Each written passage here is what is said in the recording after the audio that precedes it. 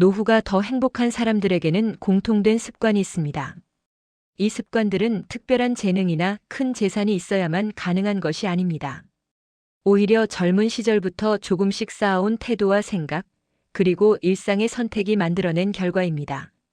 많은 사람들은 노후의 행복을 돈의 크기로만 판단하려 하지만 실제로는 삶을 바라보는 관점과 자신을 대하는 방식이 훨씬 더 큰 영향을 미칩니다. 노후가 더 행복한 사람들은 인생의 후반전을 불안이 아닌 성숙의 시간으로 받아들이며 살아갑니다. 첫 번째 습관은 비교를 줄이고 자기 기준을 세우는 태도입니다. 노후가 불행해지는 가장 빠른 길은 남과 끊임없이 자신을 비교하는 것입니다.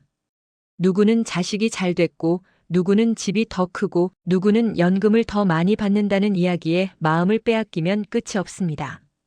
행복한 노후를 보내는 사람들은 남의 삶을 참고 자료로는 삼지만 평가 기준으로 삼지는 않습니다.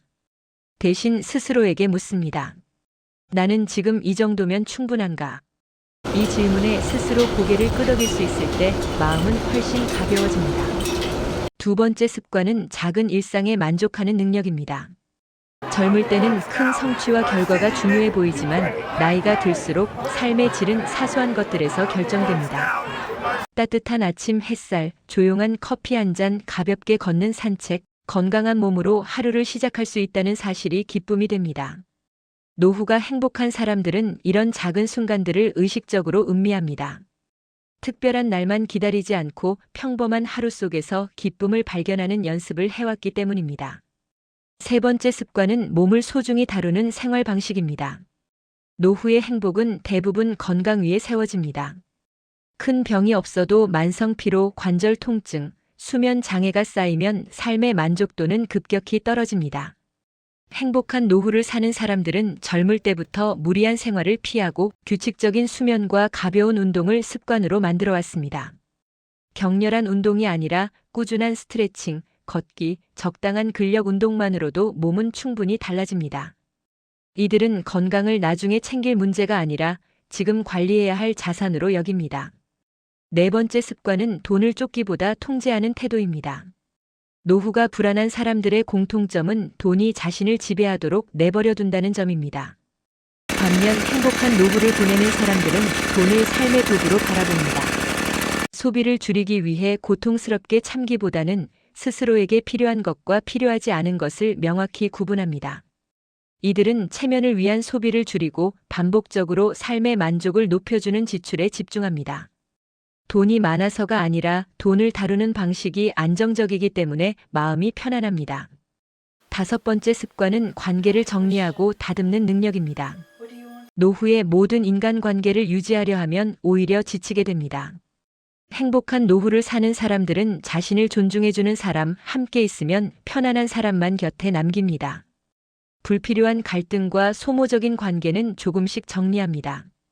대신 소수라도 깊이 있는 관계를 유지합니다. 관계의 숫자보다 관계의 질이 중요하다는 사실을 이미 경험으로 알고 있기 때문입니다. 여섯 번째 습관은 배움을 멈추지 않는 자세입니다. 나이가 들수록 새로운 것을 배우지 않으면 세상은 점점 낯설고 두렵게 느껴집니다. 반대로 작은 배움이라도 계속 이어가면 삶은 활력을 유지합니다. 책을 읽고 글을 쓰고 새로운 취미를 시도하고 간단한 기술을 익히는 것만으로도 뇌는 젊음을 유지합니다. 노후가 행복한 사람들은 자신을 이미 완성된 존재로 보지 않습니다. 여전히 성장 중인 존재로 바라봅니다. 일곱 번째 습관은 혼자 있는 시간을 편안하게 즐기는 능력입니다. 외로움과 고독은 다릅니다. 외로움은 원치 않는 고립이고 고독은 선택한 혼자만의 시간입니다. 행복한 노후를 사는 사람들은 고독을 두려워하지 않습니다. 혼자서 산책하고 음악을 듣고 사색하며 자신의 내면과 대화합니다. 이 시간은 감정을 정리하고 마음을 회복하는 중요한 자산이 됩니다. 여덟 번째 습관은 과거를 원망하지 않는 태도입니다. 누구나 후회할 선택을 가지고 살아갑니다. 그러나 노후가 행복한 사람들은 과거를 끊임없이 되씹으며 자신을 괴롭히지 않습니다. 그때는 그때의 최선이었다고 스스로에게 말합니다. 완벽한 인생은 없다는 사실을 받아들이고 지금 남아있는 시간을 어떻게 쓸 것인가에 집중합니다. 과거에 묶여 있으면 현재도 미래도 잃게 된다는 사실을 알고 있기 때문입니다. 9번째 습관은 감정을 솔직하게 인정하는 태도입니다. 슬플 때는 슬프다고 말하고 힘들 때는 힘들다고 인정합니다. 억지로 긍정하려 하지 않습니다. 대신 감정을 억누르지 않고 흘려보냅니다. 이들은 감정이 올라왔다가 내려가는 자연스러운 흐름을 믿습니다. 그래서 마음의 병이 깊어지기 전에 스스로를 돌볼 수 있습니다. 10번째 습관은 감사하는 마음을 연습하는 삶입니다. 감사는 타고나는 성격이 아니라 훈련입니다.